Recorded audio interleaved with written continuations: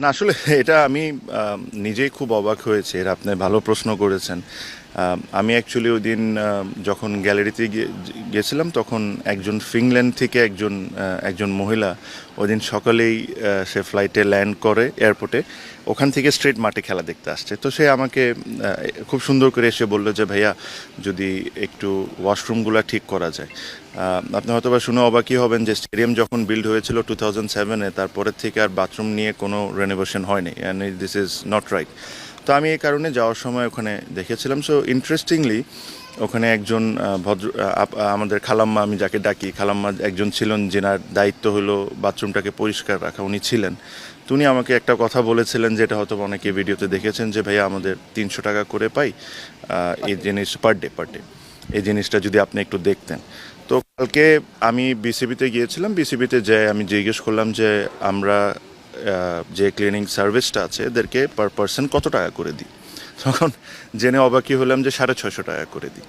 তো তখন আমি জিজ্ঞেস করলাম যে 650 টাকা করে দিই, তাহলে এরা 300 টাকা কেন পাচ্ছে? আমি বললাম যে ক্লিনিং সার্ভিসটা টেন্ডারের মাধ্যমে অ্যাওয়ার্ডেড হয়েছে তাকে ডাকে। তো তাকে ডাকলাম, তাকে ডেকে আমি জিজ্ঞেস করলাম যে এটা রিজন কী। তো যে জিনিসগুলো শুনেছি এগুলো আসলে শকিং, খুবই শকিং। মানে এই জিনিসগুলোও যে বিসিবিতে হয় আইডিয়া তো ছিলই, বাট এই লেভেলের হয় এতটা আইডিয়া ছিল না। মজার বিষয়টা হলো বিসিবি নিজস্ব অনেক এমপ্লয়ি আছে, অনেক ক্লিনার আছেন, বাট যখন একটা সিরিজ চলে তখন বিসিবি এরকম থার্ড পার্টির থেকে টেন্ডারের মাধ্যমে ক্লিনিং সার্ভিস থেকে এই সুযোগ সুবিধাটা নেয়। তো যখন এই টেন্ডারটা হয়েছে, একটা কোম্পানি টেন্ডার পেয়েছে, তো নিয়ম কি ওই কোম্পানি লোকজন দিবে। বাট এখন যা হচ্ছে হলো যে ওই টেন্ডার একটা কোম্পানি পাচ্ছে, বিসিবিরই লোকজন এই 30-40 জন ক্লিনার দিচ্ছে, ওই কোম্পানি টাকাটা বিসিবির থেকে নিয়ে বিসিবির লোকজনকে দিচ্ছে, ওই টাকাটা নিয়ে সে টাকাটা নিয়ে তার মতো করে ক্লিনারদেরকে দিচ্ছে, আর যার প্রফিটটা তা রেখে নিচ্ছে। তো তখন আমি ওই ক্লিনিং সার্ভিসকে বললাম, মানুষকে আমি বললাম যে ভাইয়া আপনাকে 650 টাকা করে দেওয়া হয়, আপনি তো এখানে ফ্রি সার্ভিস দিতে আসেন নাই, আপনি এখানে লাভ করবেন বা আপনার কিছু খরচ টরচ থাকবে। তো আমি ধরলাম যে 650 টাকার থেকে পার পার্সন 150 টাকা আপনি লাভ করতে পারেন, খরচ টরচ থাকতে পারে।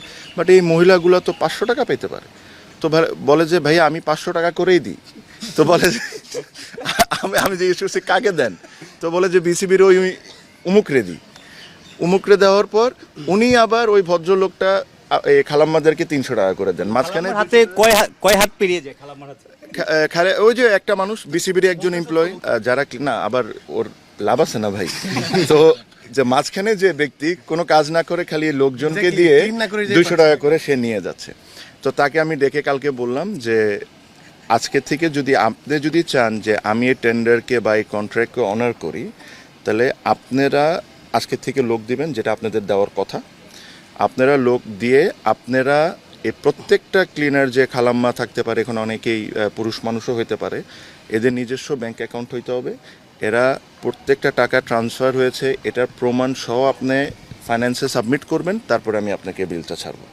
এই ধরনের আমার জিনিসটা হলো যে এরকম কারাপশনস বলেন, এরকম জানেন বলেন, এগুলো তো আপনারা অনেকেই জানেন। বাট আমার কাছে কষ্ট হয় যে এই মহিলাগুলা যে যারা 300 টাকা 400 টাকা ডেলি ইনকাম করে, এদের থেকেও টাকা খেতে হবে, মানে এদের থেকেও মানে টাকা চুরি করতে হবে।